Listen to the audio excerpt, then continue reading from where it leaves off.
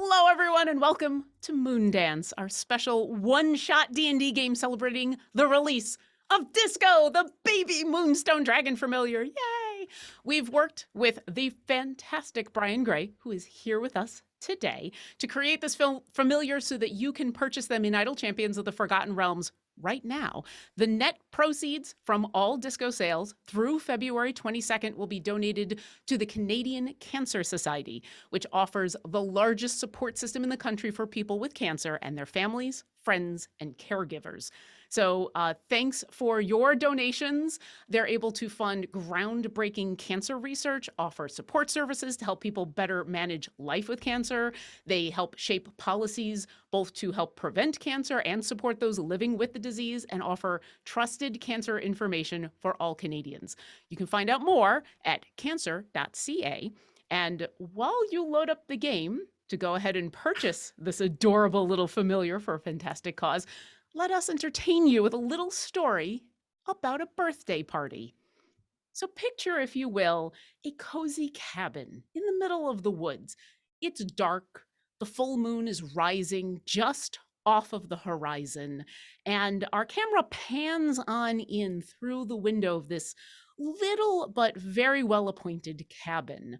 And as we come on inside, we find four lovely people who are all getting ready for bed.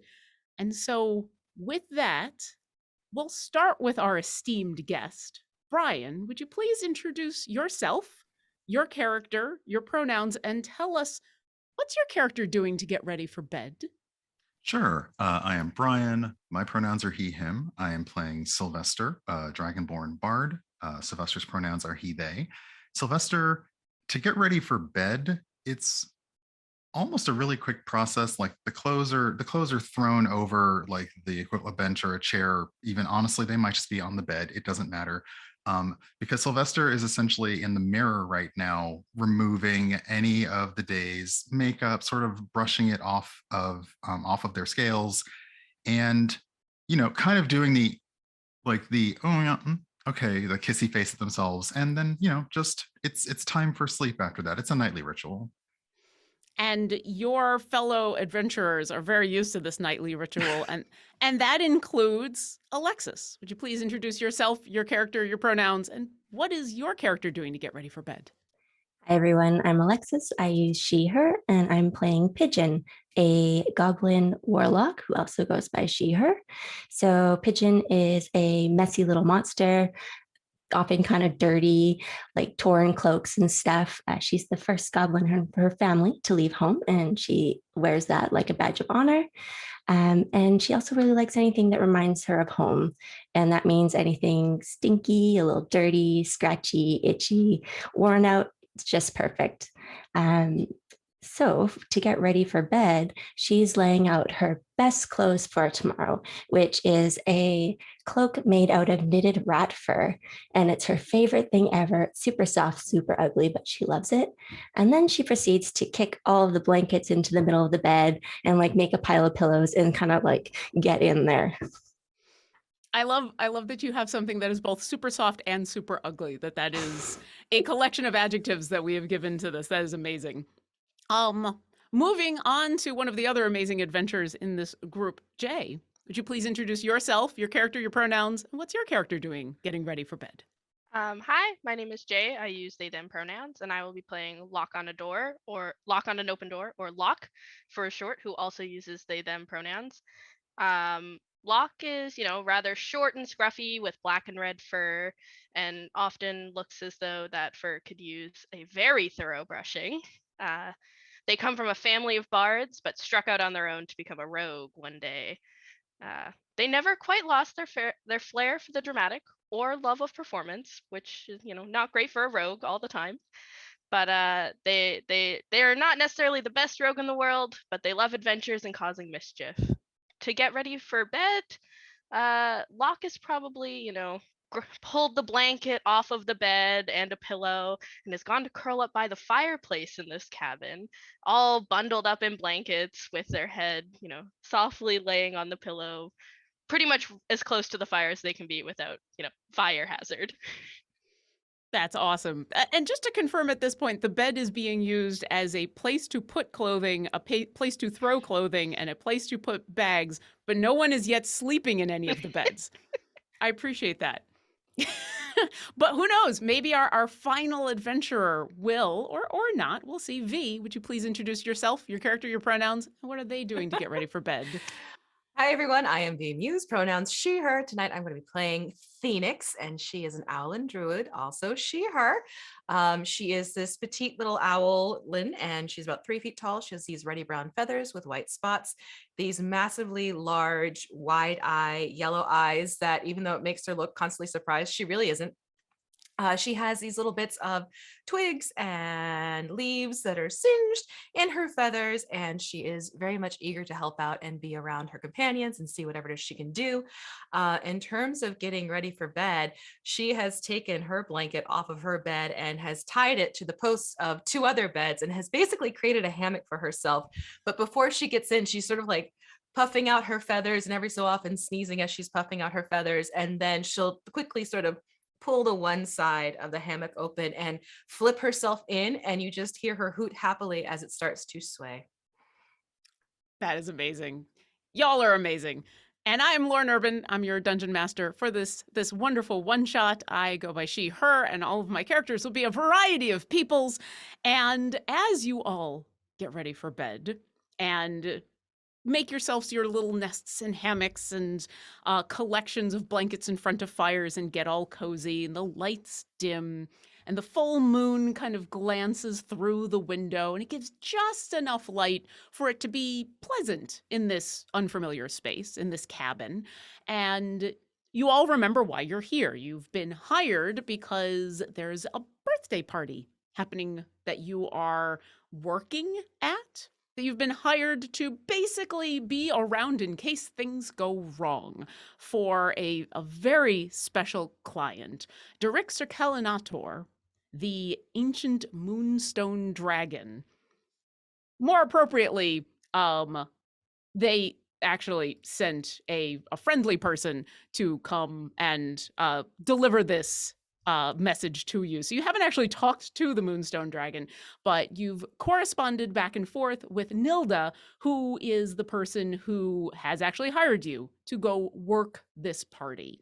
And you're expecting them to show up, give you some more instructions, and take you to the party. You've been given this very nice accommodation, both before and afterwards. This is the 999th birthday celebration of the Moonstone dragon. So it's probably going to be a little bit special.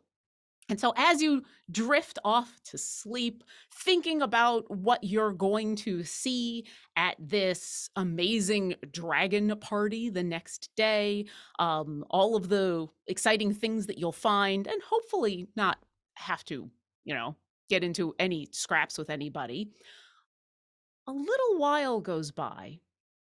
And then you all open your eyes as there is a knock at the door. Are we expecting anyone? I'm not ready to get up yet. Go away. I don't remember anyone saying they were going to stop by. Why on earth would anyone be here? Don't they know I need my sleep? Who is it? From the other side of the door, you hear a small but friendly voice call out, "Hello, it's Nilda, the person you're supposed to be working for. Are you here? I assume you are here. I can tell you are here." And from the window next to the door, you see a little head poke out on the outside of the cabin of a little blue kobold with black spots. And they're dressed in what looks like a really nicely tailored black and white tuxedo. And they kind of wave and then go back to being in front of the door. "Would you please open the door? I thought that we would talk a little bit first before I bring you to the actual birthday party." Sylvester gets up and puts a robe on, and like just the epitome of like to the door and fine, and lets Nilda in. You open the door, And I would love for you to give me a perception check, Sylvester.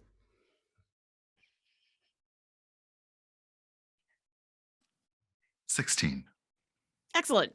You open the door, a little bit of a huff, and you look down at this very well-dressed, well-appointed kobold who's smiling up at you. And then you look up and you realize that when you entered this cabin, it was in a very friendly, very nice wooded area. And now it seems to be floating amongst the stars in space.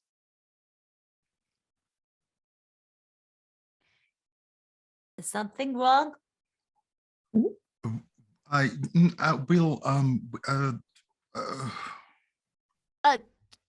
you okay? I thought that you would be a little more used to this kind of thing, being adventurers and all. Is there a problem? well, no, I mean, every party's different. You never know how it's going to turn out. It's just, I don't think I was expecting floating house. And he leans over his shoulder. Were we expecting floating house? We're floating? You mean What? like a nest? Oh, I think you'd all better get up. Mm.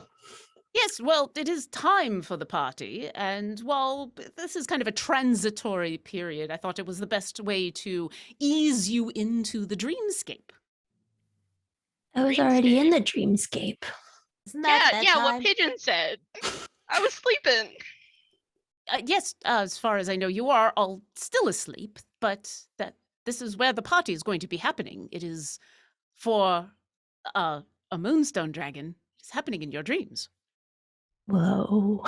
Although technically it's actually happening in their dream, and we are just a part of Dirixil Kalalantor's dream. But, you know, they have a very expansive, welcoming kind of dreamscape, and where you have a lot of control over what you are doing. And so, you know, you shouldn't have to worry very, very much. But yes, as soon as you fell asleep, it was time to go to work, and here I am, like promised. Are you telling me that we are actually at the party of my dreams? Well, you're at the party of my employer's dreams, but you're Close not. enough. Close enough. Close enough. Okay. Semantics.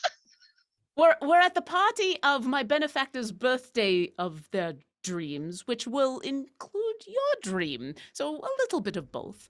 There certainly will be times in where if you do want to influence what is going on, and this is where it was very important to hire the four of you, because I do need some very qualified fate changers, adventurers, mercenaries, whatever you want to call yourselves, who can be very creative and imaginatory, just in case something goes wrong. I have a quick question. Absolutely, that's why I'm here, to answer any questions you might have before we attend the festivities. Is the dream fire retardant? Because sometimes I have a bad habit of, making things go off flambe. It's true. Lots of fire. Yeah. Well, I do know that the Nocturnal Joy does enjoy fire themselves. In fact, I'm pretty sure there's a tiefling fire breather back at the party. So I would say no more than usual. So I can participate in pyrotechnics? I believe so. Is that one of your skills? Yes. Well, then, excellent. I look forward to seeing what you can produce for the party. I'm sure there will be a lot of people, including the Nocturnal Joy, who would be excited to see what you can do.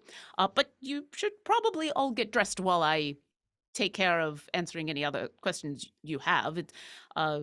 Unless you would like to attend in your robe. It is a very fantastic robe. Probably be actually dressed, dream dressed. I'm gonna get this. I promise.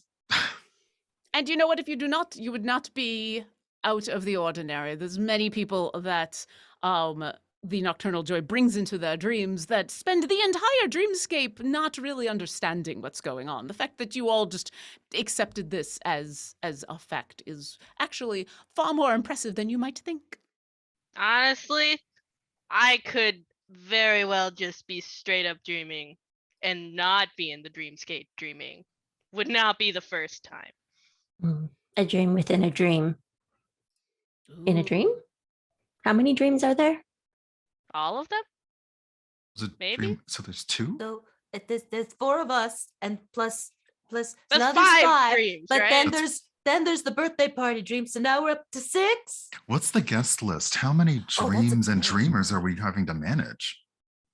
Well, you're not having to manage any of the actual dreams. As far as official guests, I know that I believe there was at least 3,482 invitations that were sent out. There were a couple that were returned. There's probably a few interlopers. There were some plus ones, so you might need to double that amount. But, most of the people that are here are all expecting to be part of the same dream, so you're not going to have to worry about too much of that. That's so many people. My I benefactor... don't think I've met that many people in my whole life. Oh, well then, you're in for an exciting party, my friend. Also, you don't have to worry about managing their dreams. My benefactor will be managing all of the dreams, as well as attending the party and enjoying their 999th birthday. We add that I'm sorry, what? to the dreams. Well, it's... 999. Yes.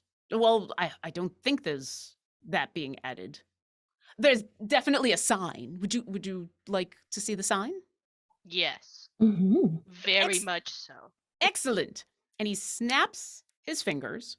And the next thing you know, all of you are dressed as you would expect to be dressed for a job, a party, an event. Might all be the same thing. Whatever you were expecting to wear the next day just seems to automatically be there ready to go as you are standing just outside something that might look familiar. Go ahead and everybody roll me a history check.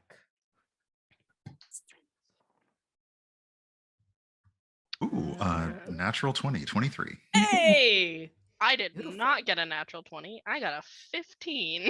I Okay. also got a 15. Okay. I got a 13. Okay.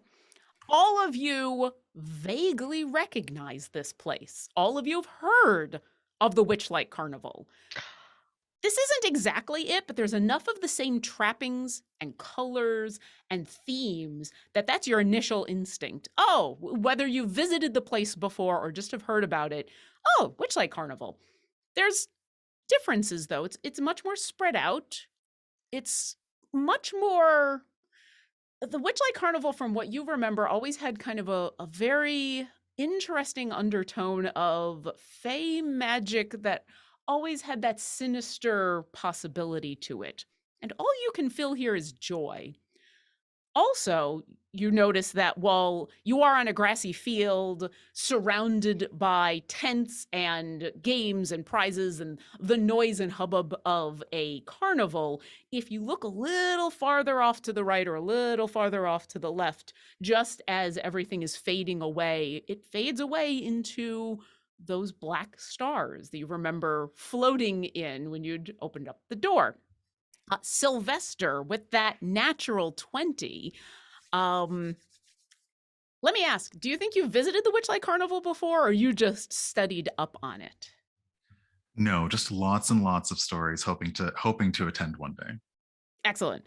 You've read every account you can find about the Witchlight Carnival. You have studied up, you have interviewed people who have been there before, you know all of the accurate information. And so you're able to pick out a couple of details that strike you as, nope, this is different. There isn't a ticket booth. There's no gated entry. There's the sign above you that is the entranceway into this carnival, but there is no stopper to pay entrance. Some people are wearing the classic butterfly wings on their back, but not everybody is. It seems to be what some people have just decided to wear, whereas you're pretty sure at the actual Witchlight Carnival, everybody be wearing some wings on their back, or else there's problems. You also do notice that all of the signage in this place is very specifically about this birthday party. You actually see Derek Circalinator's 999th birthday gala, just on all of the signage in excellent calligraphy.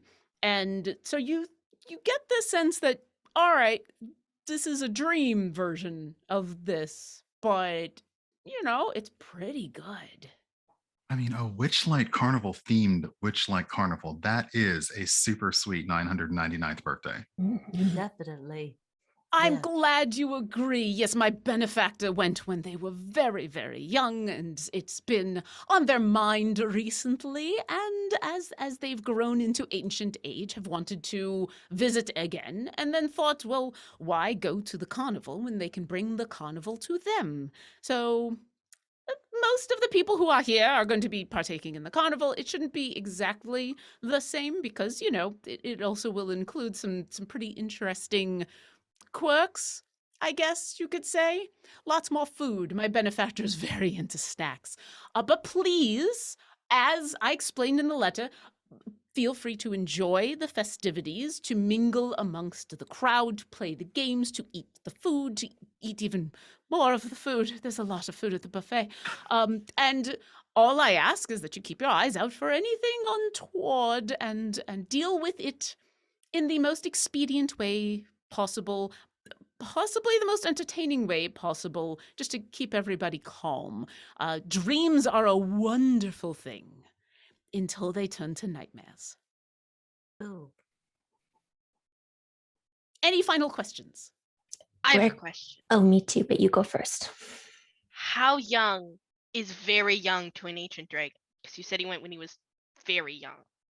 Oh, they did. I believe they went when they were 14, 15, 16, something in the teens. It's been a very long time. Um, where can we get some of those wings? Oh, the fancy. Oh, yes, right over there. And this tiny little well-dressed kobold points over to the left, where you can see that what basically looks like a costume tent has been put up that only has accessories. There's no full-on costumes, but there are wings, hats, monocles, shoes, sashes, gloves, basically any accoutrement you might want to add to your outfit, but no full-on costume pieces.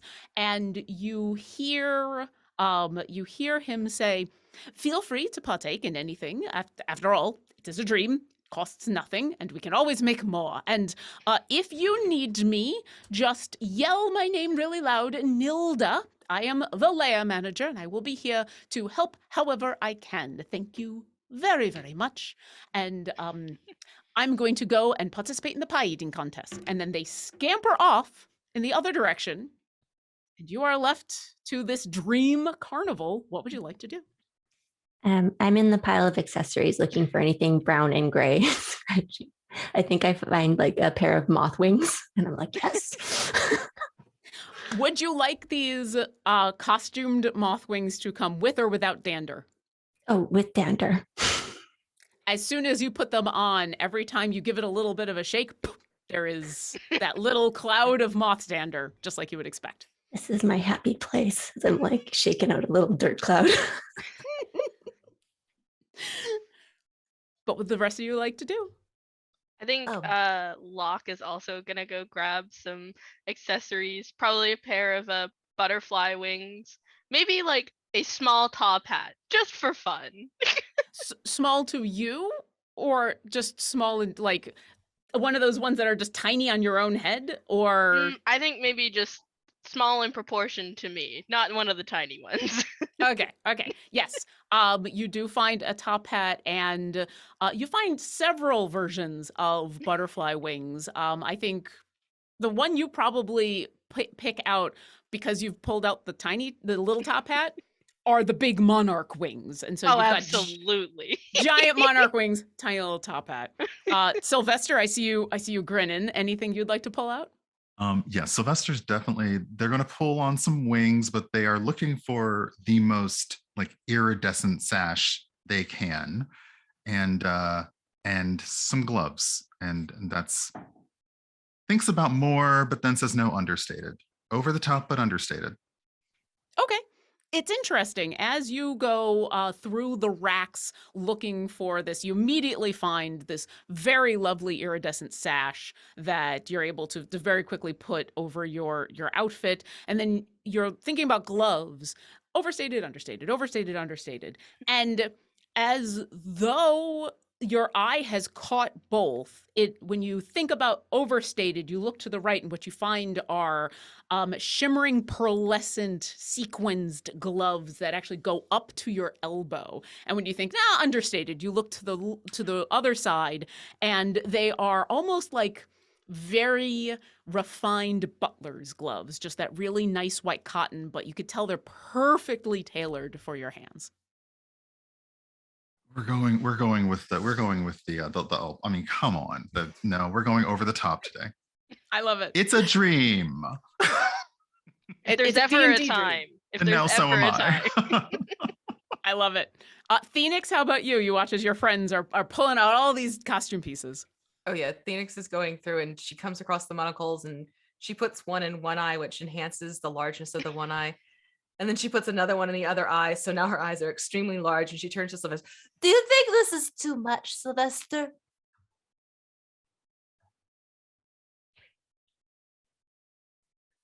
It should bring out my eyes a little bit. Oh, good. It definitely brings out your eyes. Excellent. And they're wonderful for making fire if I need to. Yes. We would. I mean, honestly, she said it was okay. So, okay. All right. The entire carnival is before you as you have gathered your fun costume pieces, and you can see people around you are from every walk of life. They are of every size, shape, but all smiling, all happy, all enjoying the festivities in a variety of ways. You see a satyr off down the way who is doing face and body painting with what almost looks like a magic brush, just dipping into practically a paint can and painting on whatever someone is asking for onto their skin or their scales or their horns. You see a goblin juggler down the ways who is asking people to throw them objects that then they add to whatever they are juggling, as though it doesn't matter. It doesn't matter what you throw them. They're going to keep juggling. And there's music and dancing, and a little further down the way, you hear just the most raucous, awesome of music. And you see that there's a stage set up that has a sign over it that says the Bare Naked Lizards. And on that stage are 5 lizard folk.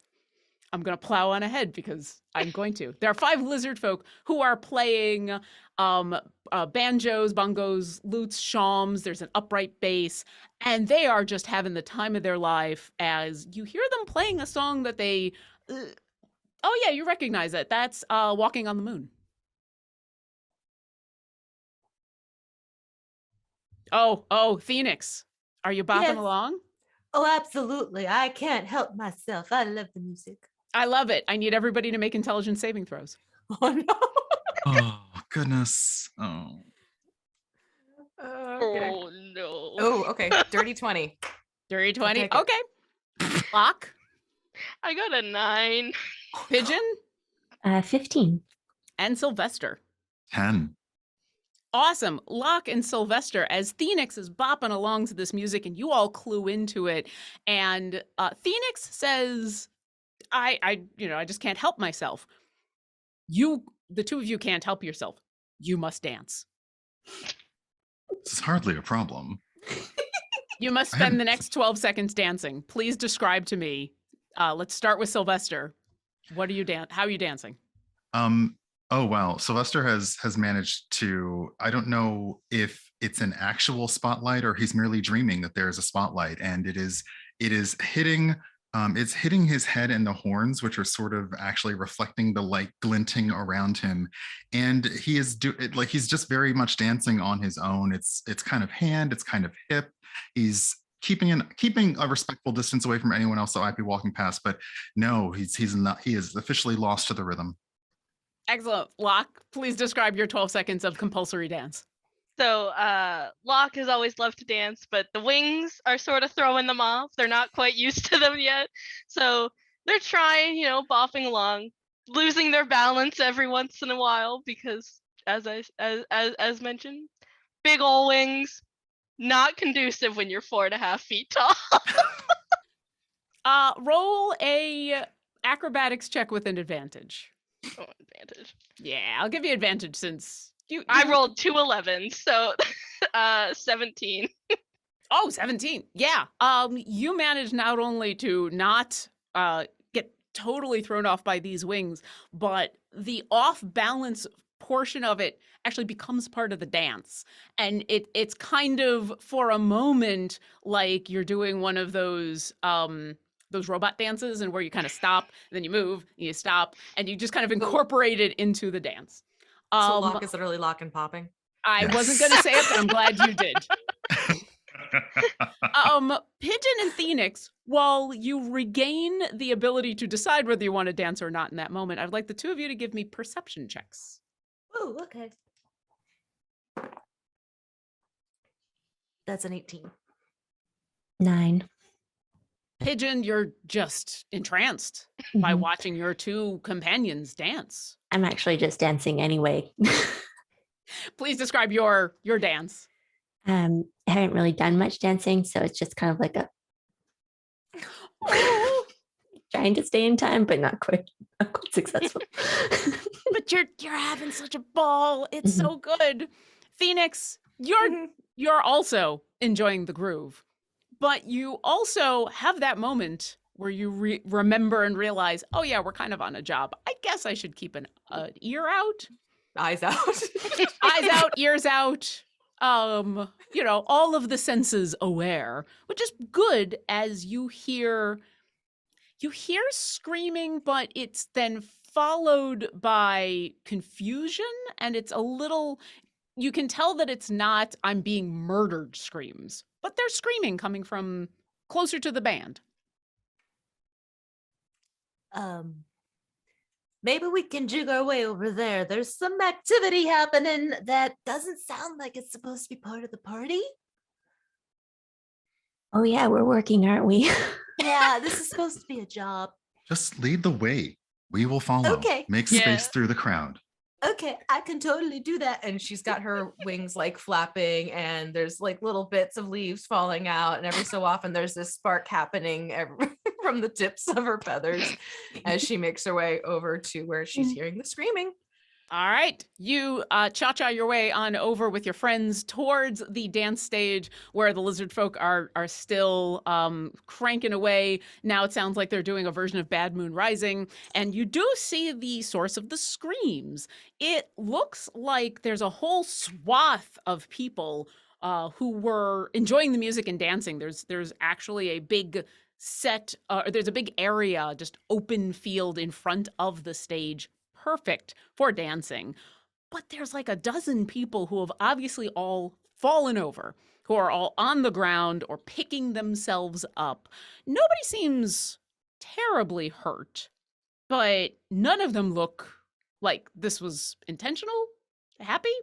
Are you going to walk on over? Are you going to cha-cha on over? Gonna dance on over. Definitely dancing out. All right. You come walking on over as people are picking themselves up and dusting themselves off.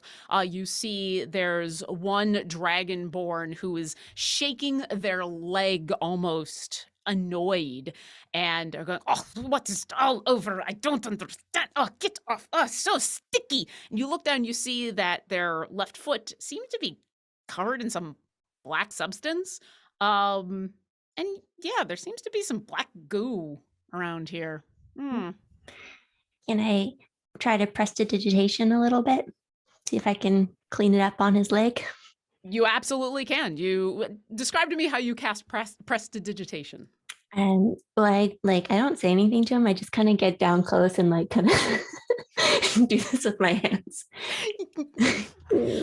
And yeah, you clean off his foot, and he puts it down and gives you a nod of thanks. Says, "Oh, thank you. I don't know where that came from. I was just doing the dancing, and then the next thing I know, I was on my butt. Oh, I'm going to go get to the buffet." And he stalks off, but you can tell very quickly is kind of recomposing himself and getting back into the spirit of the party.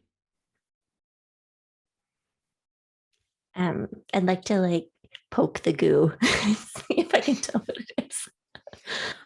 Give me an investigation check as you poke the goo. There you go. I love D&D. Mhm.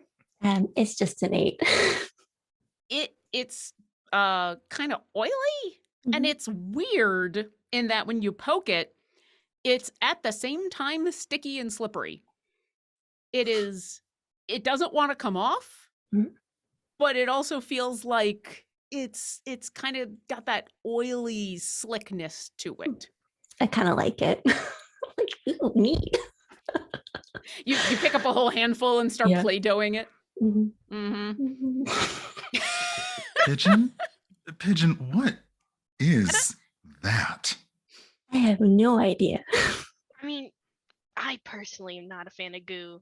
Get stuck in the fur. Maybe we shouldn't be playing with it. Maybe. Do any of the other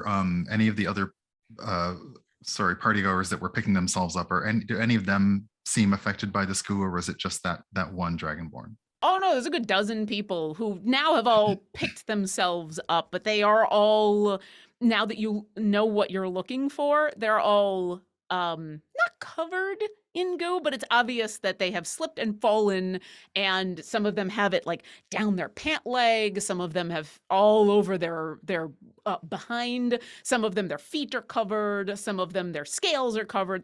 They all kind of have it at some point on their body, and some of them are nonplussed and have just gone back to dancing, and others are more like the dragonborn who have wandered off. But yeah, you can see a good dozen people have all had their dances disrupted. Well, that's no fun. Do you think this looks a little out of the ordinary from what they'd want at a birthday party? I think it's pretty great. I mean, I mean, I wouldn't want goo at my birthday party. Personally. I guess Just that's my fair. opinion. I mean, strange goo belongs on the buffet table, definitely not on the dance floor. Can we see any source to this goo that they might have picked up? Yeah, could Or- Phoenix do a detect magic on this? Yeah, let's do both. So Okay. Phoenix will do a detect magic. Sylvester, you can either give me an investigation check to kind of get in and see about tracks and things, or more of a widespread perception check to take in this whole area to figure out if you can figure out where this came from. Which would you prefer? We'll go with perception. It's slightly better. I'll just look around. Okay, go ahead and Uh, give me that perception check. And then Phoenix, you said you detected magic. yes. Let's see. I'm gonna say the black, sticky, slippery oil does not itself come off as magic, but what you pick up out of it is it's the creation. It was created through magical means. So you don't quite pick up like a school of magic. It doesn't radiate a specific aura, but there's a scent to it. There's, especially you as a creature that likes fire, you're thinking about all the flammable oils, and this is a non-flammable oil, and there's a scent to those that you can tell is like, oh, this got created magically, but it's not magical. And Sylvester, what was your roll? 22. With a 22, you take in the field, and it almost looks like there was a smear that was left across the field, this dance floor, essentially.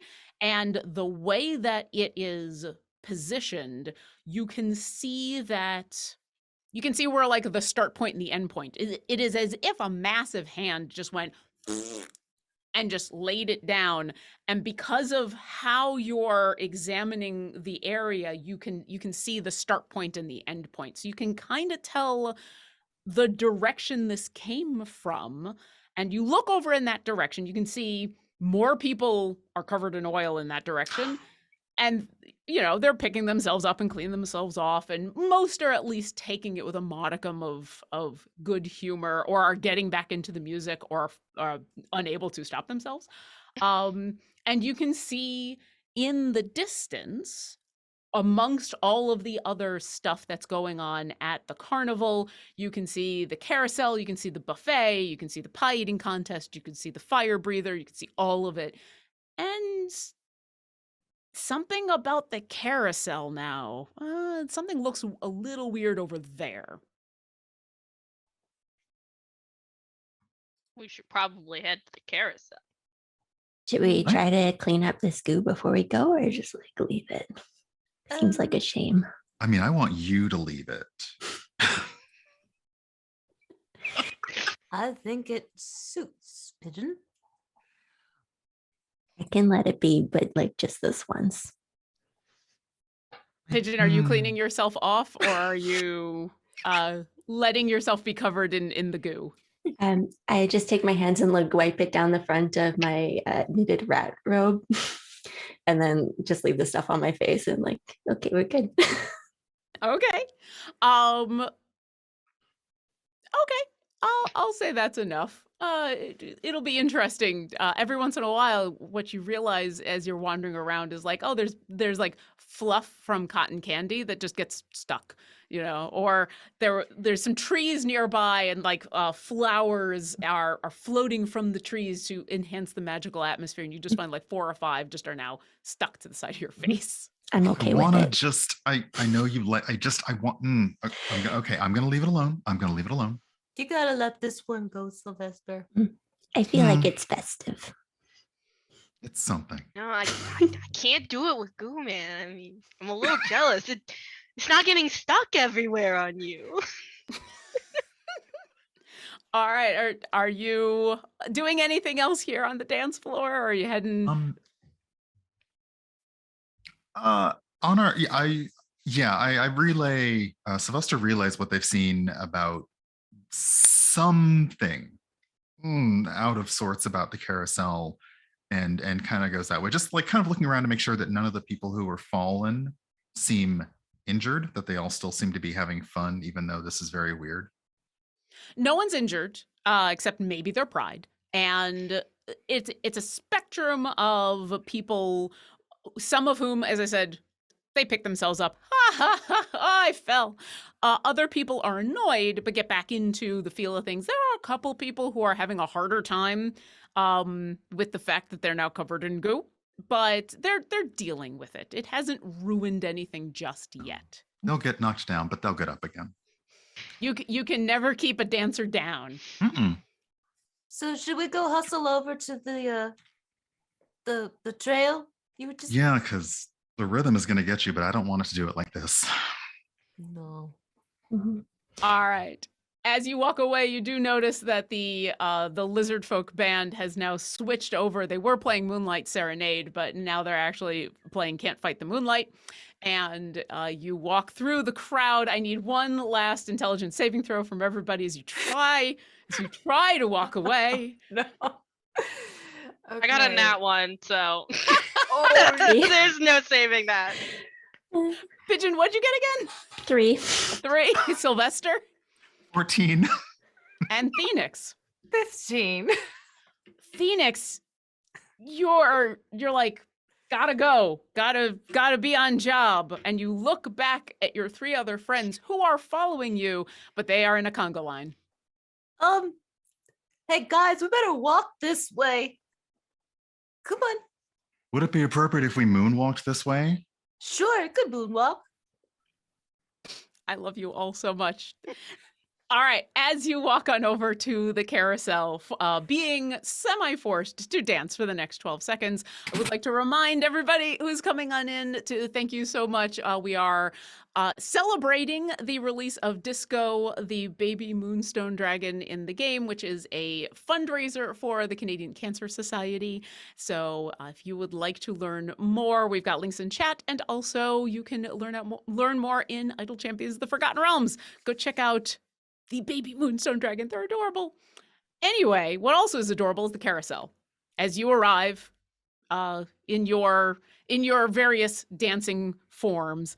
The carousel's massive. It is so big that easily dozens and dozens and dozens of people can be on it at the same time.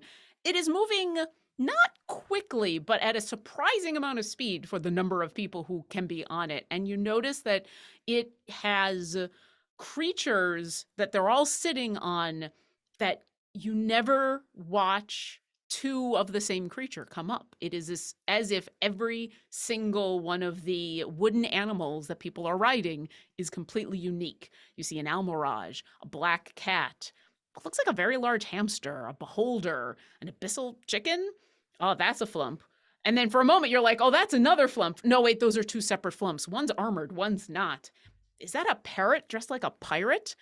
That's like 5 red pandas. Oh, one of them's on a tricycle. Like every single creature that you see is unique.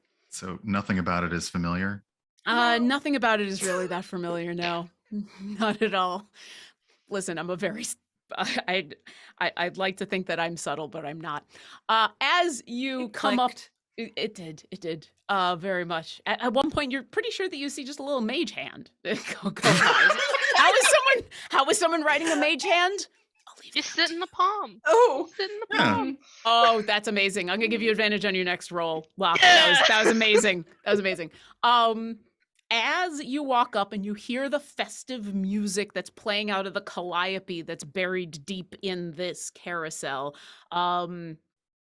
Oh yeah, that kind of sounds like Moon over Bourbon Street. Interesting. Everybody give me perception checks. And Locke, you can do that with advantage. do-do-do. Well, it didn't help me that much. I got an 11. And Pigeon, 16. and Sylvester, 20. and Phoenix. 15. 15. Locke, you're still kind of thinking about that awesome music. It was, the rhythm you could dance to. It was so good. Everybody else, you arrive just as the music slows down just a little bit and the carousel comes to a stop. And you notice on the right-hand side, there's a couple of people who are shouting in distress. And what you realize is they are stuck to their creatures that they're riding. Uh-oh. And people get off the carousel and more people get on, and there's like 3 people on the carousel. One who is riding one of the red pandas, one who is riding the abyssal chicken, and one who's riding the black cat. There's 3 of them, and you can tell that they're like, wait, please, wait, hold on. I mean, that was fun, but and then the carousel starts up again, and these 3 people are still stuck to their creatures and going around the carousel. Would The probably goo. Locke, I'm gonna say with your perception check from earlier, you're unsure, but what Locke thinks has happened is totally up to you. we should probably stop the spinning, maybe, or Is- get someone to stop it. Is there an attendant around that we could maybe That's get what to I'm wondering. stop Mhm. You know, the ride for just a moment? We don't want to bring anything down, but no. maybe just a small, tiny little safety check. Yeah. You do notice on the left, and this is probably why they didn't notice that something was wrong, because they're conveniently, for story reasons, on the opposite side of where these 3 people were stuck.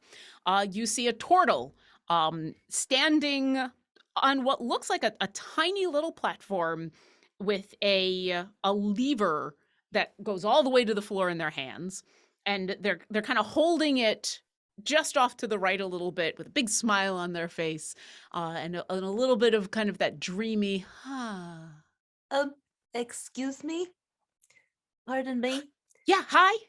You're spinning them right round too much. Right I can round, go. baby. I can go left. Like a and you- record, baby. I can go left, and you watch the turtle move No. the Oh. lever up, and the entire carousel goes doodle-doo-doo-doo-doo, and everyone on board goes whoa, and then they switch it to the other side and the carousel starts to spin in the other direction. And there's some of the more fun screaming of like, hey, but it was a bit of a shock. Is that better? Are they now going left The- round? They're going, they're going anti-clockwise now. I think we need to stop in the name of love for them. Thank you very much. But these people, they haven't even gotten a full ride yet, even if now But- they're going, no? I mean, There's a few who got an extra ride They're stuck. and they're stuck. They can't get off. And they probably really want to get to the buffet, so we should probably help them The- have some I've fun. heard the buffet is amazing. the buffet It's is dreamy. it is absolutely amazing. They have, I mean, I don't know how they know, but it's like whenever you go up to the buffet and you're thinking about what you have a taste for, it's just there. Like, how do they know? How did they just know that I was really thinking about ambrosia salad? But there it was. It was perfect. And it tasted so good. And you know, when you're in a dream, no calories in a dream. Oh, I like calories. Definitely Calories having are that good, but buffet later. Imagine if you could eat anything you wanted. You can just never stop eating in a dream. You could do that You just too. eat forever. Well, until you wake up. Bringing it back to some party guests are not having as much fun as they'd like. Oh, would they like to go faster? I can make it go faster. And they crank the they crank the lever to the left even harder. You hear a koof. And then you watch as the calliope music speeds up in kind of that very almost noxious dream way, and the whole carousel starts to go faster, and some of the screaming now is Oh, turning dear a little bit God. to oh, and the three people who are on the carousel who are stuck are like, what? I am sorry, total friend, but this is not what I meant here. And she's getting flustered and frantic, and her feathers are fluffing out, and there's like little motes of smoke almost coming out from underneath it. And she throws her arms forward and she casts Entangle on the lever to have it go straight upright to stop the Okay. ride. All right. I believe Entangle is a saving throw. Yeah. I haven't used this one in so long. Yes, strength 14. Okay. Is the entangle happening on the turtle? You know what? It's on the lever. If the turtle happens to be part of it because the hands are on the lever, well, Collateral damage. And they're soft vines. They're quite nice. They have a velveteen finish on them. All We're right. not aiming to hurt. No, absolutely, No. absolutely. Here's what I want you to do as you think about casting this spell, but you're thinking specifically about I don't want to hurt anybody. And entangle, there is some damage that can happen depending on what goes on. I would like you to roll for me. Give me either an intelligence or a wisdom saving throw. we're gonna go with wisdom. She's Okay. a smart verb. Oh, glad I went with wisdom. That is a 19. Okay. This dream is so real. It's so perfect that sometimes it's hard to remember you're in a dream. Everything feels and smells and tastes and the touch, everything is just as if you were in reality. But you stop for a second as you are casting this spell, remembering you don't want to hurt anybody, and mold the spell so that the vines will not cause damage. What you said, they've got a velveteen sheen to them? Is that what you'd like? Yes, they're like the new growth of sweet peas when they're coming up and out of the ground. So they have this lovely, fresh, leafy fragrance to them and nice and corkscrew spirally. So, they're kind of springy. There's a little give, but they're young and strong still. And as they all wrap around the bottom of this turtle and the lever that they are holding, as you use the power of your imagination in this dream to shape these vines, and they fail miserably on their saving throw, not only do you pause not only do you pull the lever back up with the vines into the upright position, but the lever and the turtle are now kind of held there for a moment, very gently in velveteen vines. Oh, this is new. Huh. Think of Okay. it like an environmental hug. Okay. And A hug from Mother Nature. That. I've never been hugged by Mother Nature before. This is amazing. And she lets go of the lever and hugs the vines. And there's just this sweet little moment as this turtle is just gathering up your velveteen vines, which kind of make it look like she's just like grabbing snakes, like just very plushy snakes, and just ooh. And the behind you, you hear the calliope music come to a slow stop as the entire carousel comes to a stop. You hear some people, oh, okay, all right, good. You do hear those three people who are like, oh, it's so, it got my show. It's got my show. No. Pigeon, they might need your help. I like kind of duck and weave between all of the like little carousel animals and creatures and get to them and just like start prestidigitation. Locke is also going to follow and help cast prestidigitation. I love it. The two of you are very quickly prestidigitizing everything. Mhm. Locke, since Pigeon has already described theirs, go ahead and describe what's your prestidigitation look like. I grab whatever it is and I just like stare at it. You know, like the cat stare. I grab it and I stare right at it, and then it's clean. It just fades into the ether because it just knows. It just knows. Yeah, very quickly, there were three what look like half elves, three friends who are all sitting on these three creatures who were stuck to them in various and sundry ways. And as you come up and prestidigitate all of this, yeah, it's the same goo. It's definitely the same goo, but you prestidigitate it away, and they gratefully thank you. And then immediately, because you know what? Getting round and round and round, right round, baby, right round on a carousel is not necessarily something you want to do. And then go to the buffet. They wind their way over to some of the other fun things to do. But they seem okay. Mission accomplished. High five, Locke. Not Locke, Pigeon. High five yourself. L5. There you go. There you go. It's Sylvester kind of like looks around and just yells, nail that. You hear and then all of a sudden, behind you, there is a voice that says, yeah, oh, I'm so sorry. And you turn around and there is your indirect employer, the little blue and black spotted kobold, still pristine in their tuxedo, and they're holding onto what looks like kind of almost a cartoonish turkey leg. You know the big ones that look like something you would get at a Renaissance festival, but only the Renaissance festival in like cartoons.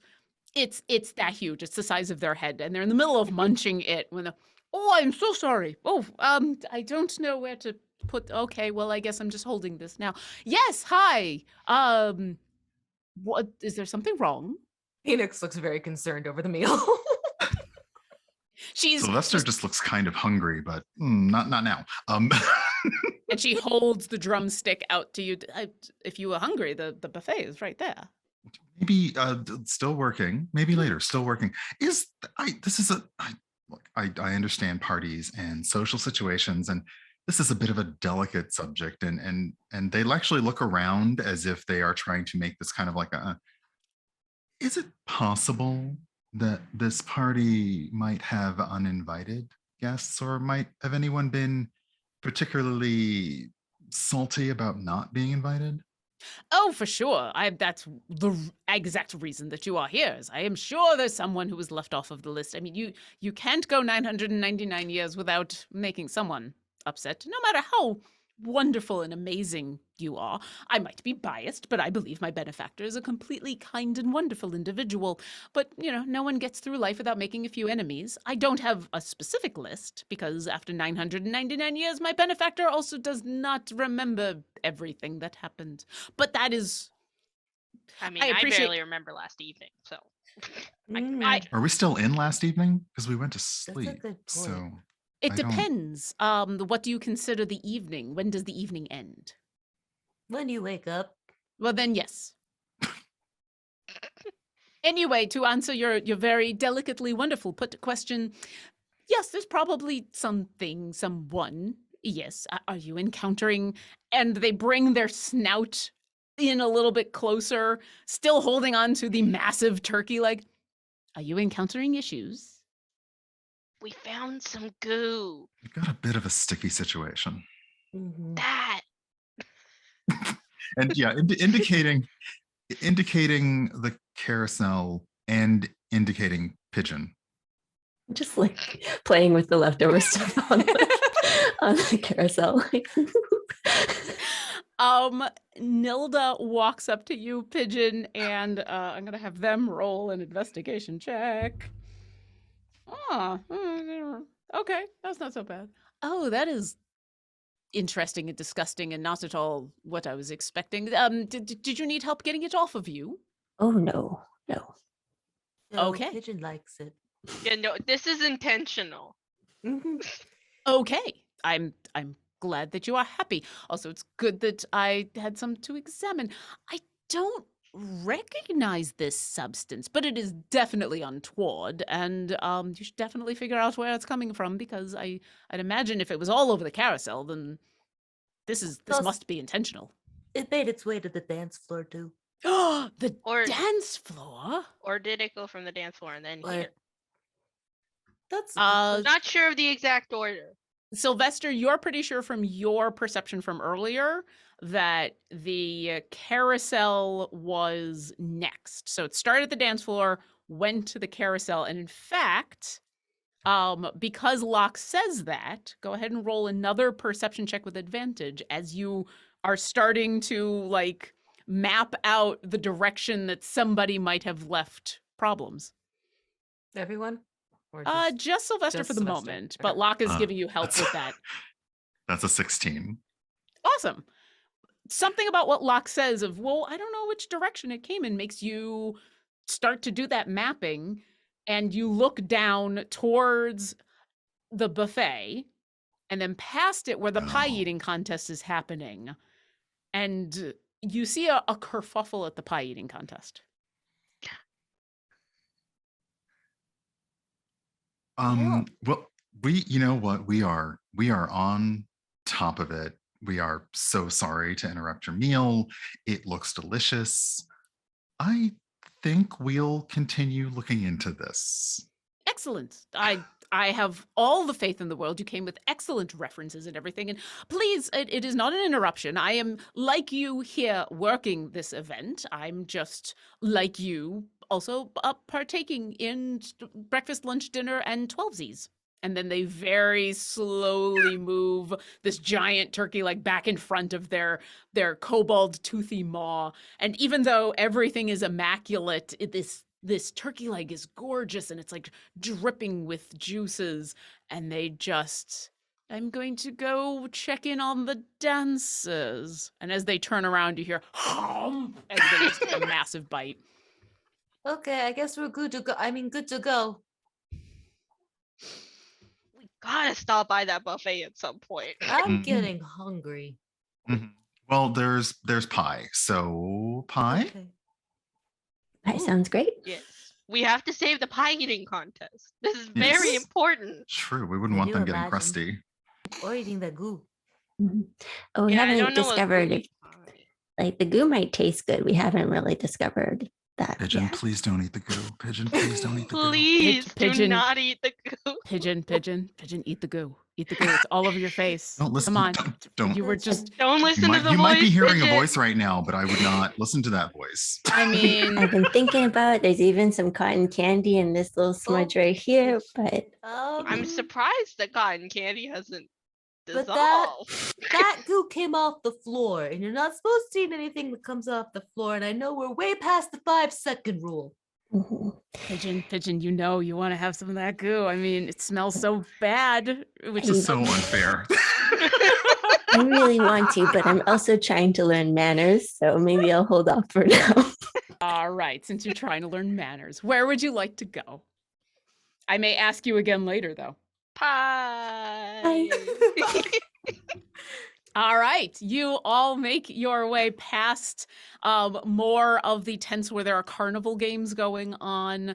Unlike you're remembering hearing about the Witchlight Carnival, how a lot of these carnival games, some of them are probably rigged, some of them are probably like a 50-50, but here it's almost as if whoever is playing one of the carnival games, you know how sometimes a story is told and it's always got a happy ending, but there's some tumultuous in between. And so someone's doing the throw the ball into the cups at the end. The first ball they throw just sinks right in, and the second ball they throw goes wide, and the third ball they throw lands but not perfectly. And that last ball, if only they can hit the exact cup in the middle, they'll win the big prize.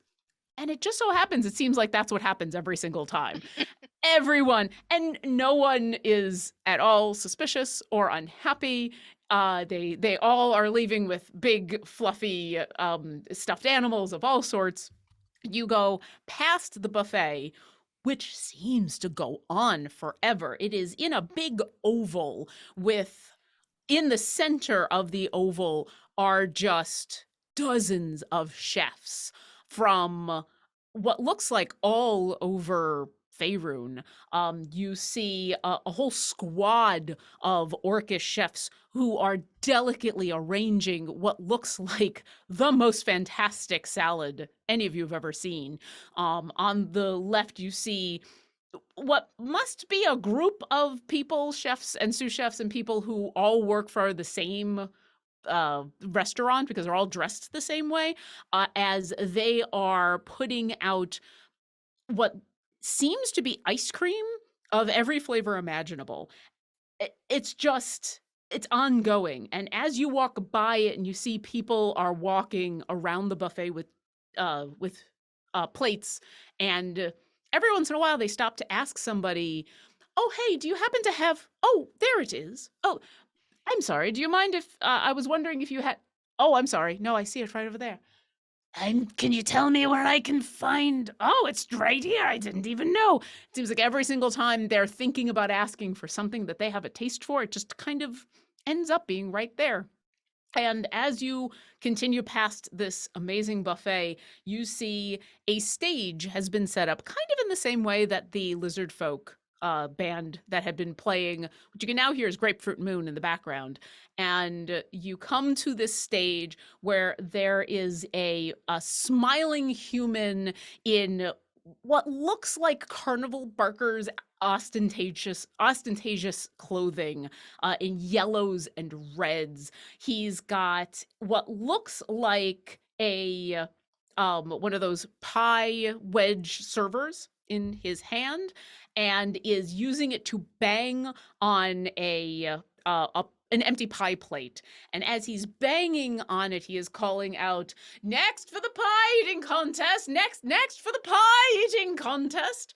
And those of you who noticed that there was a problem going on, unfortunately, this human who's calling doesn't notice, but on the side where you see just dozens and dozens and dozens of pies set up, what are obviously helpers who are trying to pick up the pies and bring them to the table, every time they go to pick up a pie, it's like, "Ugh," and they can't pick it up. "Ugh. I don't know what's going on. I mean, they're thick, but they shouldn't be this heavy. I haven't had problems all day. What's going on? I mean, I guess they could eat them from here, but look, like there's 12 of them." Not the pie eating contest. Does anyone have a giant spatula to flip these pies off the ground? No, I mean, I could make them look more like, what's that? French Creme pie? brulee. But I don't have a spatula. I could illusion some pies up on the table. It'd be pretty easy to win the pie eating contest if they were all illusory pies. I'll say that for sure. Yeah, it looks like at this point the barker who's trying to get people to join the pie eating contest is starting to notice that nobody's coming onto stage because there are no pies to eat, and is giving looks over at the two halflings who are desperately trying to get pies off of this side table where they've all been set up. Yes, pie eating contest. I've got. Can you hurry up, please? Pie eating contest. Just grab a couple. It doesn't matter which ones. They're all the same. Pie eating contest. Oh, Sylvester, you've been struck silent by this display. I mean, surely they must have other pies. Are all the pies on the table stuck? Would you like to go over and take a look? Yes. All right. You walk on over. You watch as these two halflings are struggling with picking up a pie. You move to another one, saying this exact thing, go to pick up the pie. It ain't moving from the table. You grab a third. It ain't moving from the table. It's a full round pie. It's as if it is glued to the wooden table that all of these pies are laid out on. What if, and hear me out, we just went and got replacement pies from the magic buffet? I mean, the buffet is right there. It's right there. So And they have magic pies. yeah. So like a pie chain. Exactly. Mhm. You understand me, Phoenix. You're picking up what I'm putting down. Absolutely. Except they can't pick up what's been put down. That's the problem. Yeah, they can't pick up anything. They can't pick up these pies. So, yeah, and yeah, the musing out loud enough for the panicking halflings to hear. What if they got pies from the buffet? Well, as long as they were also the thick caramel pies that we need for the pie eating contest, I think that would be fine. Obviously, we can't use these. I can't even get them off the table. So they need to look like those. Or at least be as thick as these. I mean, that's half the fun of the pie eating contest. Is it's how much of the caramel pie you can get through. Deep dish caramel pie. Got it. I can do that. I'm craving some pie. All right. Do you head back over to the magic buffet? Yes, and I'm gonna think of as much pie as I can possibly think of. Okay, I need you to give me a wisdom or intelligence saving throw. Let's go intelligence. 24. 94. I need to know, Locke, describe to me what is the perfect solution for you right now? When you're picturing in your head, what is it you want? It's just, like I saw those beautiful, delicious looking pies, and it's like, in my mind, it's just like a sea or field of pies, and I'm running through it and picking up pies and eating pies and then moving on to the next pie. And it's pie heaven. As you approach the magic buffet, imagining pie, the heaven of pies, the Mount Celestia of pies, it is as if the magic buffet parts before you. And one of the orcish chefs that have been standing there artfully arranging just the last little bits on top of this wonderful duck l'orange looks at you and says, "Oh, your pies await." And as the buffet splits, you are now running through a field of caramel pies. Yes. How many caramel pies would you like to pick up? And as many as I can carry. Okay. You are considered a small creature? Am I? I thought 4.5 feet was in medium. Oh yeah, as a tabaxi. Okay. I will say if you would like to grab 4 pies, you easily like here, and here. Yeah, the waitress carry. You got the waitress carry. You got it. I do need you to give me an acrobatics check to return with 4 pies. Doing the waitress 22. carry. You were a waitress. You know how this works. You've delivered pies before. In this dreamscape, This is easy. You return with 4 caramel pies that look completely perfect and delicious, and the 2 halflings stop with their struggles and go, "Oh, this is fantastic! Oh, thank you so much! Oh, we'll work on whatever holding these on here. But did you want to participate? I mean, you brought the pies. It seems only fair that you would participate." Can I? Can I? Yes, please. Anybody else?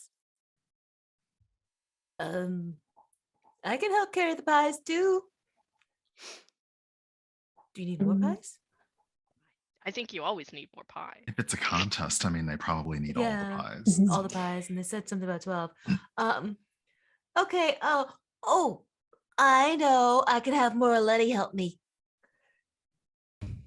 And You can she'll have- summon.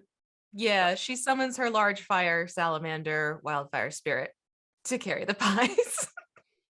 It's Please keeping just- them warm. It's keeping them warm. She'll put the pies on top of Moraletti's back and then place her hand on Moraletti and we'll teleport to the pie eating contest. Okay. They All do right. that. I love this so much. But here's what Oh I my need. Mhm. I need so you go over to Field of Pies that Locke has Mhm. created. You place pies on Yes. top of your fire salamander. I do. You hear and smell the delicious crackle of caramel starting to burn as the teleport is about to go off. Give me either an Arcana or an acrobatics check to get those pies onto the stage before the burn. Okay. We'll do acrobatics. And that is it's a 12. Okay. How many pies did you put on your salamander? Well, it's about the size of a crocodile, so let's say maybe 5. 5? Four. Perfect. Sure. You appear teleporting onto the stage with your 5 pies. Locke, as you also arrive with 4 more pies. Sylvester Pigeon, are you also helping, or are you mounting the stage to participate in the pie eating contest, or are you going to just spectate? I'm also helping move pies, but I'm little, only 3 feet. So just like one at a time, like holding it up and running back and forth. And I'm very busy doing that. So I'll probably just help with the pies as opposed to participate in the contest. Pigeon, I need. Yes. Sorry, go ahead, Sylvester. No. Yeah, no, Sylvester is also helping, doing the best to also do their version of like the server carry and try to get pies from the field, the lovely, lovely field, back to the stage. Awesome. Okay, Sylvester, I want you to give me an acrobatics check to see if you've got the server carry. Pigeon, what I need is a dexterity saving throw to make sure that you don't accidentally put the pie on your head, which is covered in sticky, sticky goo. 13? And Sylvester? That is again a natural 20. These are the Oh best my 20s I've gosh. ever rolled for anything because the activities are so delightful. So it's a 25. All right. Pigeon, you do not want this pie covered in goo. You do not want this pie covered in goo. Nope, nope, nope. And you just barely manage to keep the pie off of your head as you bring it and set it down. As Sylvester gracefully leaps up behind you and delivers pies like he was hiding them inside of all of his clothing, just like pies. And now there are more pies than anyone could ever want, especially since they are all thick caramel pies. And the Zachary, the person who is running the pie eating contest, says, "Excellent! Oh, you have saved the pie eating contest. I don't know what's going on with those, but this is perfect. All right. Who's participating in the next contest? Who's yes, please take a seat. Any of you, anyone else want to participate? All right. Why not? No. All right. so I'm good. We'll keep thank an you. eye out. Yeah, caramel and feathers, they really don't go well. Although it does help with the sneezing. Mm. Have we told the audience about your sneezing? Phoenix, why are Yeah. you sneezing? I'm allergic to feathers. Mm-hmm. Poor Owlin. Okay, Lock Fate is and a Pigeon. cruel mistress. It's adorable and sad. Lock and Pigeon are given seats at this table on the stage. Two other people from the crowd come up to join you for this round for this pie eating contest, while Sylvester and Phoenix stand off to the side. Let's start with Lock and Pigeon. So you very quickly realize that the pie eating contest is not a number of pies. You get one pie. But now that you've transported these pies and Locke, you've created these pies out of the power of your imagination, you know these are thick, thick caramel pies. And so this is going to be a chew. So what I need is everybody to give me strength checks. Oh no. And so this first round, let's see how much you can eat of this caramel pie. And I'll roll for the two other people. Pigeon, what'd you get? 16. Awesome. And Locke? I also got 16. Perfect. It's chewy. It's delicious, but whew, it is a bit much. Mhm. But you manage to get through that first spoonful. Both of the other people, I rolled a 6 and a 6. Both the other people take a spoonful.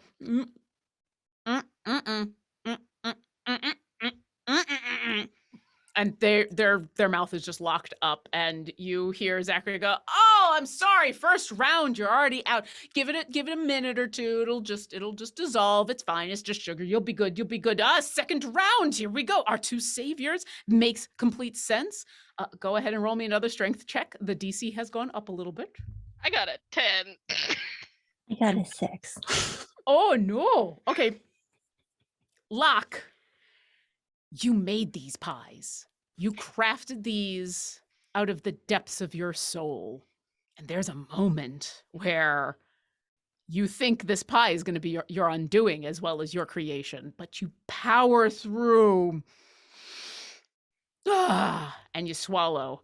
Pigeon, you've got sticky goo on your head. You got sticky goo in your mouth. It's delicious. It all smells great, and you can't open your mouth. You've got about a minute where you cannot open your mouth. During this minute, I'm wondering if the black goo would be better.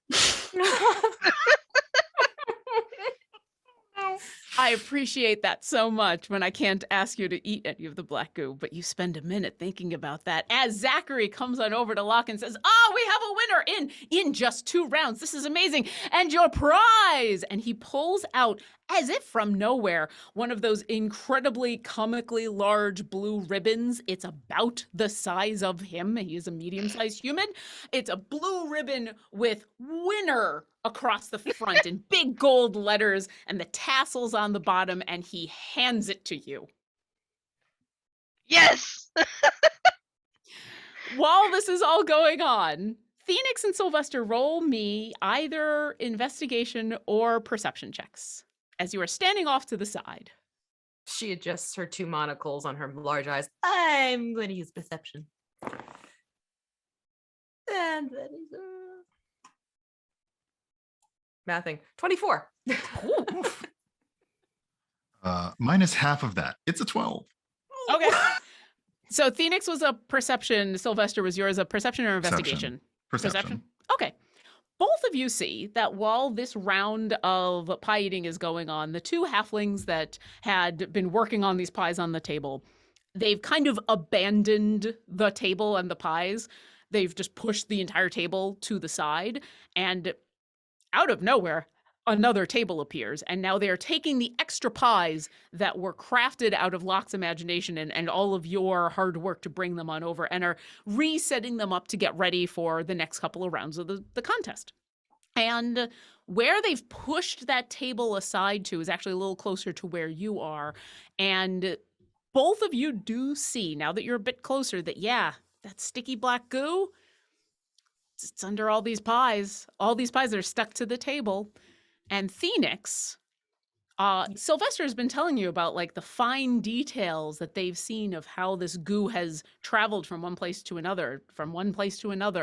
And now you start to connect the dots, and you see where this black goo not only is holding down these pies, but you see little dots of it leading to a hillside, gorgeous hillside on what is a absolutely perfect, what would be in the winter sledding hill. Like it's that steep, but it's summer here. And there seems to be a bunch of people at the top of this hill, all stretching and getting ready, and giant wheels of cheese. And you do see that Okay. little dots of this goo is heading in that direction. We're graduating from pies to cheese wheels. The trail goes that way. And is at It's this only point, uphill from here. and is at this point, Pigeon, that your mouth finally starts to dissolve the joyful pie, and so your mouth can move again. And Locke, you have successfully won the pie eating contest. What would you like to do? I like cheese. Let's go see Follow the the cheese. trail. We should definitely. I just want to see what they're doing with these cheese wheels now. so- I'm more Yeah, I'm honestly more fascinated by the curious. More cheese cheese wheels. motivated now, yeah. I mean, aren't we all cheese motivated in a way? Mm, yeah. It's been a while since I've had some really good cheese. Maybe I'm putting things into my D&D games that are things that I miss eating on a I'm regular super basis. hungry for this entire campaign. Thanks. You're welcome. You're welcome. I started you off with dancing, and I've moved you on to food. But anyone who knows me knows that it's food. Okay. Locke, I need to know, this giant ribbon is the size of you. Are you just happily carrying it, or are you doing something with it? And I like tie it to my back like a cape, like nestle it in between the wings. Yes, 100%. You absolutely can. You just have a giant winter ribbon on your back as the four of you walk towards this incredibly steep hill that you see multiple people at the top who are preparing for something. Pigeon, I need to know, are you eating the black goo? Oh, I'm really thinking about it. But I still got a lot of that caramel in the mouth. So it's going to have to Okay. wait. All right. Okay. Well, you let me know if at any point you'd like to eat Best that black goo. suspense ever. I'm loving it. So you're thinking about all the lovely tastes in your mouth from the pie and the possibilities of this black goo. As all four of you, all right, up the hill, up the hill, up the hill. And it takes you a little while to climb. Phoenix still following the little drippings, the little black drippings, like someone was carrying paint and little bits were just here, there, and everywhere. Like now that Sylvester and Phoenix have kind of seen the trail, it's even more obvious now. You think you're getting close. And as you get to the top of the hill, there are about a dozen people at the top of the hill who are obviously stretching it like they're getting ready to do some sort of race. And every person next to them, or every person who's stretching, has someone next to them who is holding onto a wheel of cheese that is easily 3 feet tall. So it's actually resting on the ground, and they're just holding it. And you can tell right away, oh, if they weren't holding it, this wheel of cheese would be down the hill. And there's the stretching and the getting ready, and there's people cheering them on. You can see people at the bottom of the hill who are like, yay, who are getting ready for whatever this is. And Phoenix will continue that perception from earlier. You see the little black goo kind of goes around and behind and goes to the end of the line. And there's a what looks like a very happy, excited dwarf who has removed most of their outer garments, some of the more fun things that they've put on. They were obviously wearing like a hat and some of the wings and everything, and they're now just kind of in their underclothes as everything is piled up next to them in a nice little neat pile, and as they are stretching. And you think it leads in that direction. This day, boy. I think we need to go to the end of the line. And we should go to the end of the line. Mhm. I mean, I trust Phoenix. You head on over there and you see this dwarf stretching, and next to them is an Aarakocra who is just standing there holding the giant wheel of cheese. And everybody give me investigation checks. Sorry. 15. 13. 20. 13. Ooh, all of you. You're getting a little used to tracking down this black goo, especially those of you who have it all over your face and are thinking about actually giving it a taste, because you know you would learn a lot if you just gave it a little bit of a taste. But you can smell it now. You can smell that kind of oily residue. You know, it's almost like motor oil. Oh. And you look down where the cheese wheel is sitting on the ground, and you see that there is some of that oily residue on the bottom of the wheel. And no one else either seems to notice it or has noticed it or anything. I mean, if you didn't know what to look for, it could almost look like there was just like a shadow under this cheese wheel. Lock and Pigeon, do you think you might be able to do your prestidigitation stuff?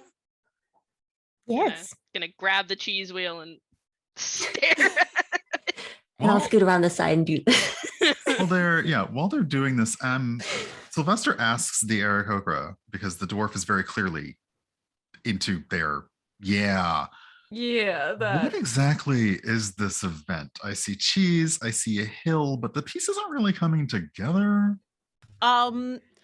The Aarakocra answers you mostly because they're distracted for a moment by the fact that Locke and Pigeon just kind of come up and grab their cheese, and you hear them go, no, careful. If it goes down early, it's going to be bad. Oh, yes, this is. Have you not seen cheese rolling? Oh, it's super No. fun. Super fun. We let the cheese go down first. It starts to roll down the hill. And then a few seconds later, all the participants go running after it. And the first person to catch and eat their cheese wins. Wouldn't the cheese be kind of dirty or muddy or Sounds grassy? great. Yum. And the Aarakocra both smiles at Pigeon like, well, there you go. And then also looks back at you and says, yes, but dream cheese. In real life, yes, this is often dirty. It's also a little weird to try to find a place. Sometimes that's often what the contestants do when they catch the cheese. They finally get to the cheese down the hill, and then they have to try to find a place that hasn't gotten grass all over it. But we're here in a dream, so it's gonna be fine. What are you doing down there? What is going on? And the Aarakocra looks down from where Sylvester was asking and looks where the wheel of cheese is. We de-gooped it. Gooped? I don't It was understand. goop. You see, Pigeon? It was covered. It was covered in that, but only at the bottom. And the Just a little dwarf stops their calisthenics for a moment and says, "What? Do you give me brie? What do you mean? What do you mean gooped? Goop the cheese? Did I get brie? You know how badly brie rolls? I was expecting cheddar, and you were gonna give me brie?" And the Aarakocra starts to argue. No. It is cheddar. It is the finest of hard cheeses. It will roll and bounce just like everybody else.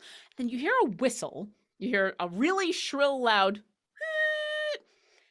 Oh, here we go! And the Aarakocra lets go of the cheese. Those of you who you've prestidigitated away the just before that happens, Locke and Pigeon, go ahead and give me nature checks. 17. Oh, that's a 7. I mean, Locke, it's a big wheel of cheese, and now that you've cleaned it off, it's rolling down a hill. Pigeon, you take a moment and examine the oily substance that was on the cheese versus the oily substance that's all over your face. So some of this that you've come across is sticky, and some of it that you've come across is slippery. This is the slippery kind. If you hadn't cleaned it off, the wheel of cheese was going to go boom and just be gone. But now it rolls like a regular wheel of cheese down this incredibly large hill, this incredibly steep, large hill, as the dwarf goes, "Oh, my cheese!" And all of the wheels of cheese on this whistle have been let go and start to ba-doom, ba-doom, ba-doom. And all of the people who have been stretching immediately start running down the hill after them. and it goes just about as well as you'd expect people running full tilt down a hill after a wheel of cheese. This dwarf actually does a fantastic job keeping to their feet. Unfortunately, the dragonborn next to them immediately starts to tumble as they rolled a natural 1. That's another natural 1. Yeah, people are just falling all over the place. They get like 2 or 3 steps down this incredibly sharp decline and just right into the dirt. But yeah, the dwarf makes it down despite the almost late start, thanks to the argument about Bree. The dwarf makes it down, catches the cheese, and immediately and at the bottom you hear, "We have a winner! Yay!" And everyone cheers. And from behind all of you, you hear a voice that says, "Oh, drats and dribbles! Why did you have to do that?" And you turn around, and the Aarakocra has started to change. Ooh. You see that their feathers are now, they're turning goopy and oily, and they shrink. And the beak on their face kind of goes back into more of a rounded head with a regular mouth and eyes. And their form melts into this bipedal mound of what looks like the same black oop that's all over Pigeon's face. And it says, I was wondering what was stopping all of the fun that I was having, and it was you. It was all of you. It was all of you. Are you like stop the fun police? No, we're save the fun police. Yeah, we're Not supposed to like, police at all. enhance the Well, not fun. police. And Yeah, we're not police. police. No, Definitely no, not we're not police. definitely not police, no. But I this is how I've been having my fun. If I couldn't come here and be part of the fun, then I'm here to help ruin the fun. And now you're ruining my fun. But why weren't you invited? I don't know. Did you ask? Did I ask why I wasn't invited, you mean? Yeah. No, I don't want to hear why I wasn't Hey, invited. Nilda! And you hear, and from behind you, a blue kobold in a swimsuit appears. It is a blue swimsuit with black spots that match the blue scales with the black spots. They are wet like they just got out of the pool, and you can smell a little bit of salt water. And they are currently what looks like in the process of going to splash somebody when they oh my. It's a lovely suit. Very nice. It Very matches Suits your you. scale. dashing figure. Very complimentary. Thank you. Mhm. I appreciate that. I was imagining this for weeks. My apologies. I was expecting to stay in a more professional attire whenever I saw you, but I was a little bit busy. What give me just a moment. Give me a moment. And you hear, and all of a sudden they're wearing their tuxedo again. Can I help you? Yes. Perchance could you tell us why this individual was not invited to the party? And Nilda looks over at this creature who growls at her. And I don't know. I don't. You were not invited. Well, then, shoo. But no, they want to be part of the party. We Well, want to That's have why they fun. keep gooping everything. Yeah. oh, you're the one responsible for all of the goop. And the creature says, Yes, I am. Yes, I am. And it was funny. You had to admit it was funny. Did you see that dragonborn that went onto the stage? It was funny. It was a little funny. Just a little. And the fact that it's okay, yeah, it was a little funny. What? Sylvester addresses the creature. What's your name? My name? What? Well, my name is Larry. Hi, Larry. Hi. Are you gonna let me stay and ruin the party now? Um, Is ruining the party your only idea of fun? At the moment, yes, because I was not invited, and that is a slight against me. Derlick Silgalunator should have. Yes. I'm sorry. Yes, pretty owlin person. Oh, thank you. Nilda, can I have a +1? Well, I guess so. I mean, everybody got a +1. I was not expecting the people that I hired to bring +1s, but I don't see why not. Larry, could you be my +1, please? Roll a persuasion check. Oh, come on. Okay, it's a 17. Damn, a negative. The giant eyes on this creature get even more wide, which is comical on a face that is ringed with this dark goop. And the grin that had been kind of a mischievous, angry smirk softens a little bit and says, Well, I know we just met, but maybe. But I still feel bad that I wasn't invited, and I want Derlick Silgalunator to apologize for not inviting me to the party. We've known each other for decades, and how could they leave me off the guest list? That does sound like an oversight, Nilda. Mhm.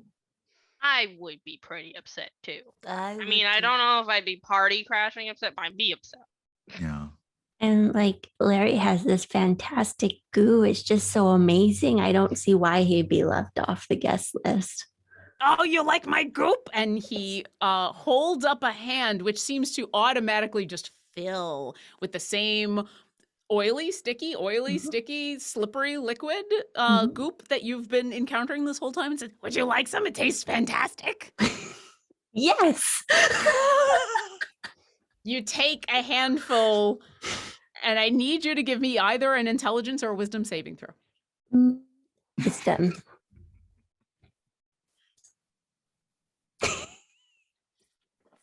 Oh. To that one. Mm. Okay, Pigeon. When you put a mouthful into your mouth, you're not sure what to expect, but you have hopes, you have dreams, you have Big ones. wishes. But it all goes wrong. Mm. Please describe to me how it goes wrong. It just tastes like pure sugar. Just not my thing. It turns to cotton candy in your mouth. And for a moment, it is the most horrifying thing. This dream has turned into a nightmare, and you are consuming sugar. And Larry looks at you expectantly. It's really nice. Give me a deception check.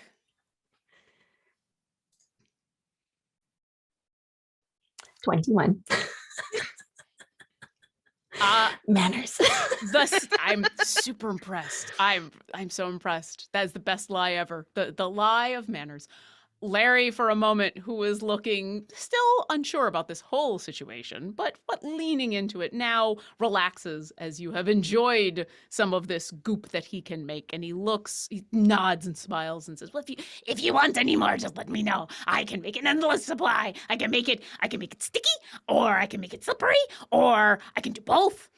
It's a little harder to do the both, but I can." And then he looks back over at Phoenix and says, I will be your +1, but only if you can get me an apology Okay. from so the ancient Moonstone dragon themselves. so maybe let's go over there and see if we can strike up a conversation. You said you can do anything with that goop. Yeah. Can you make it flammable? Ooh. Usually no, but and you see him close his eyes. Phoenix. Yes. Why don't you do this? You roll me either an intelligence or a wisdom saving throw. Let's see. Okay. Can Larry imagine his liquid to become flammable? Kenny with an 18.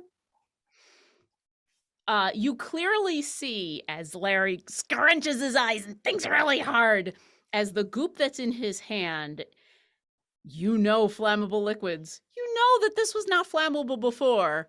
It's got that rainbow sheen to it that it's flammable now. Oh, this is excellent. Thank you very much. I think we can make this as a nice little attention getter when we go to speak to your friend.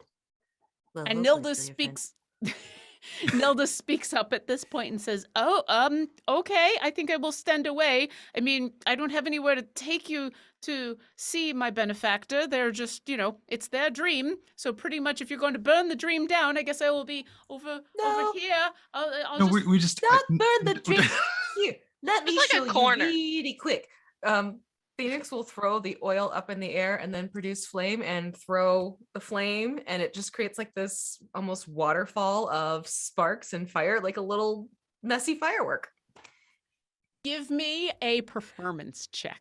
Okay. I will give you advantage because fire is your thing. Oh, thank God. Okay.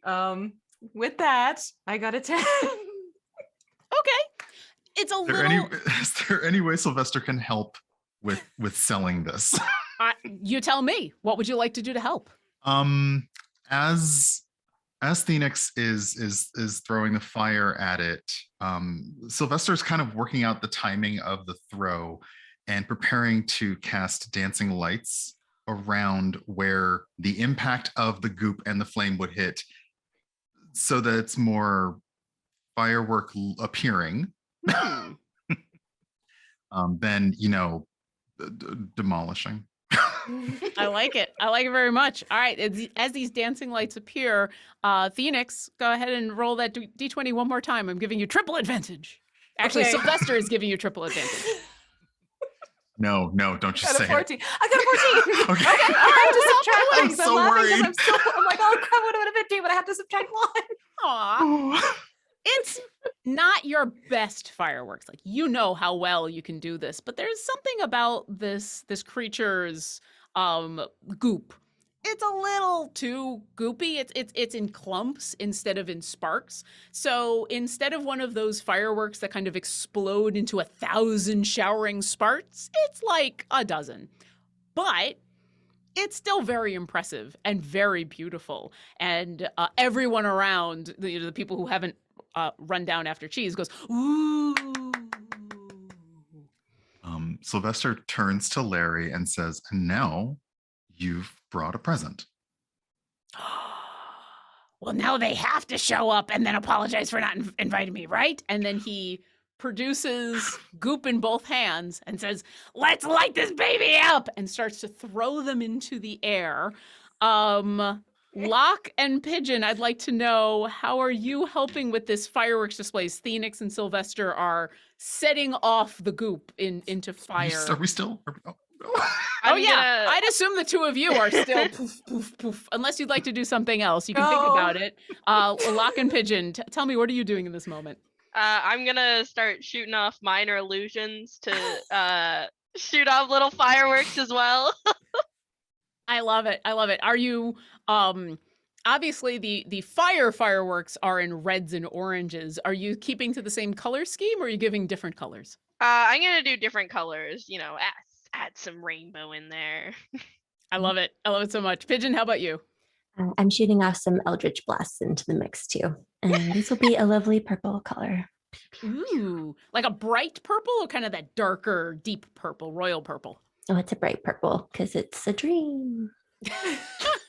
I love it. So there's explosions in rainbow colors going off, and you are shooting off your Eldritch Blasts, which are lines, which are kind of like spotlights. You know how there's those places that will just have spotlights in the air for reasons, and it's just beams of light, and now they're purple beams of light.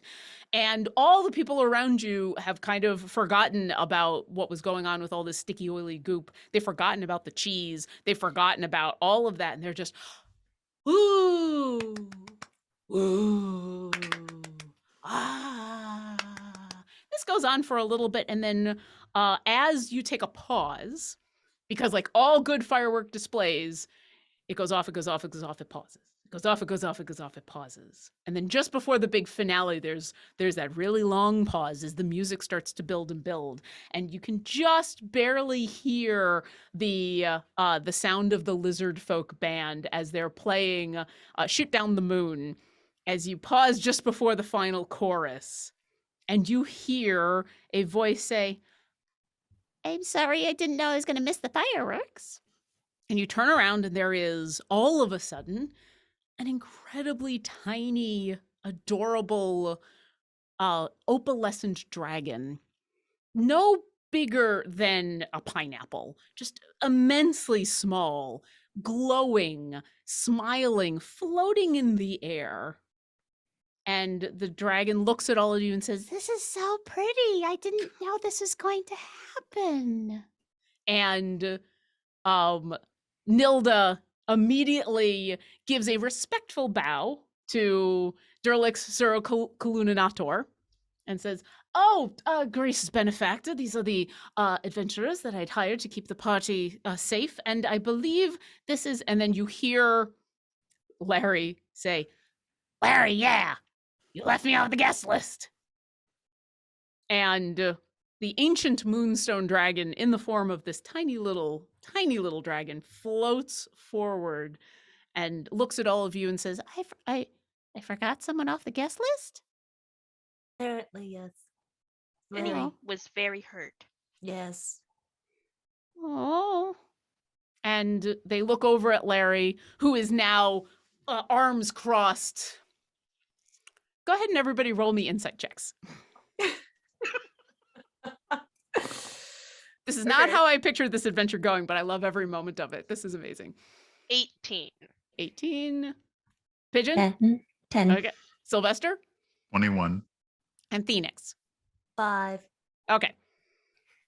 Phoenix, you're waiting for that final firework. The music is getting to the I the have my chorus. flaming spear ready, y'all. Come on.